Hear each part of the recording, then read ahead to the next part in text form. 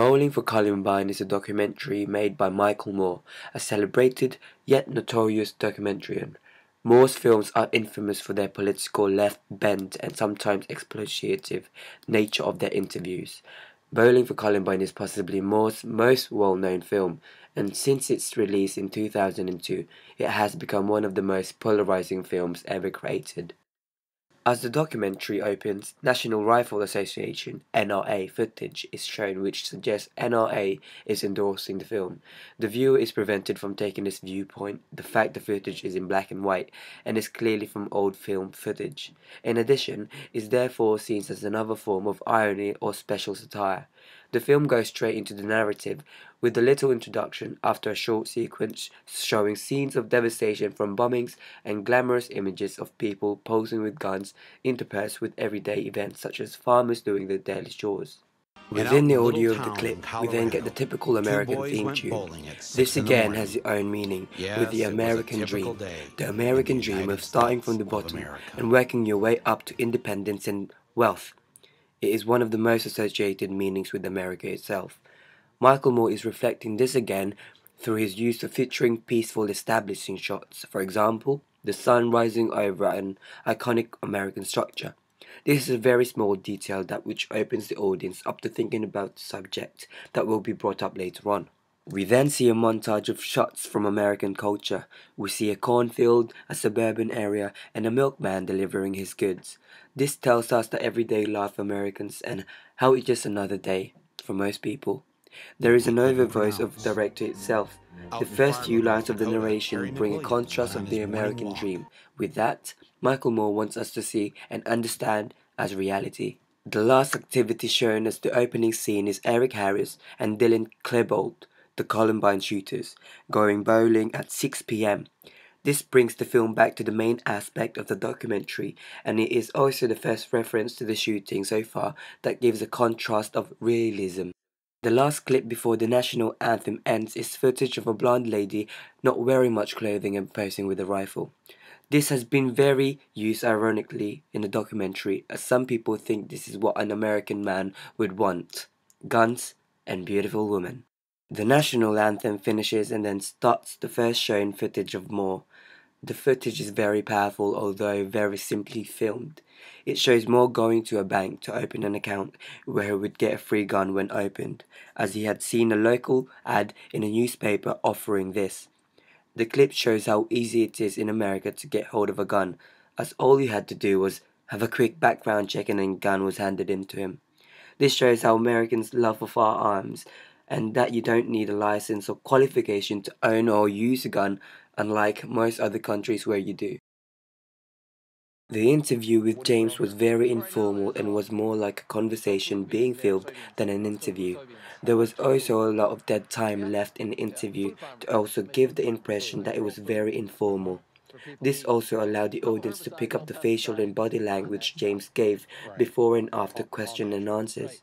By doing this, it added a layer of edge and drama to the interview, as it was very unsettling to watch how nerves engage you with some of the questions. The interview also showed animation and archive footage on a background of James Nichols. This gives the audience a better understanding of who he is and what he was in charge for and later released for. The setting of the interview then changes to Nichols' kitchen, still keeping the very informal style to the interview, and there are also a lot of jump cuts used in this section of the film. When they are sitting in the kitchen, whenever Michael Moore asks a question related to the bomb making, the camera zooms to a close-up shot of James's face so that they can capture his whole expression towards the question and also to add dramatic effects to the footage. Later on in the interview, Moore questioned Nichols about the bombing of the building and the deaths caused by it. After this question was asked, no dead time was removed from the footage when edited. This was to show the vast length of time it took Nichols before answering. This suggested that Moore wanted the audience to see how long it actually took Nichols to think his answer so as to not say anything that could later be used against him. Nichols states in the interview that he keeps a gun under his pillow and Moore doesn't believe him, so asks to see it. Nichols then allows him to, but says the camera could not go into the room. There is the footage of Moore and Nichols in his room, but the footage is being shot from a hallway, looking at Moore's back from a halfway open door.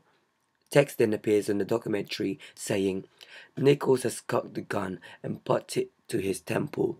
This leaves the audience with mixed views about Nichols' character, as there is no way of knowing if this happened or not, because there is no real evidence, and for all we know, the text could have just been added for effect. The reconstruction largely consists of CCTV footage from the actual event. This footage shows students in a panic as the events unfold. This particular footage is grainy, blurred, and below standard quality. However, despite showing the massacre through the distorted perspective, it actually creates a feeling of reality. It possesses a certain aspect of authenticity. By using footage that implies authenticity, it also implies that the message being presented is authentic, that Michael Moore's opinion is actually a fact.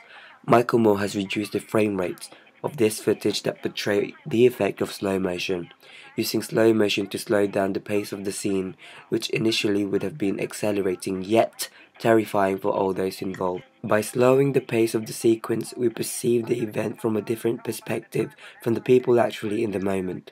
This is also supported by the angle at which the camera lies, pointing downwards into the crowd from a location unreachable by the people involved, the ceiling. Forcing us to observe the sequence from this privileged perspective makes the viewer think more deeply about these events.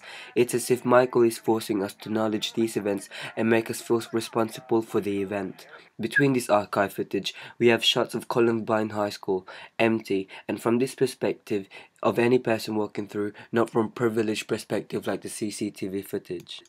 The camera also sways gently side to side as it progresses through the halls. This greater emphasizes the emptiness of the place, which contrasts our general perception of schools as being very active places.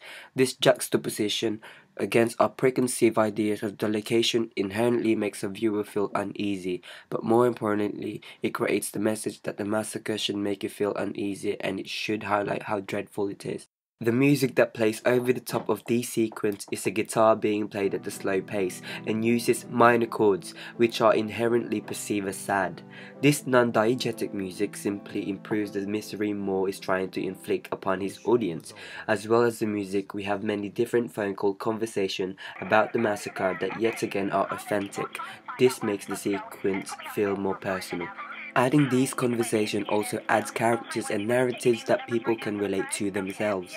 In doing this, audience members take the concept of this character out of this world of media drama and into the realism of reality. It drops a bomb on people by telling people that this could potentially happen to them.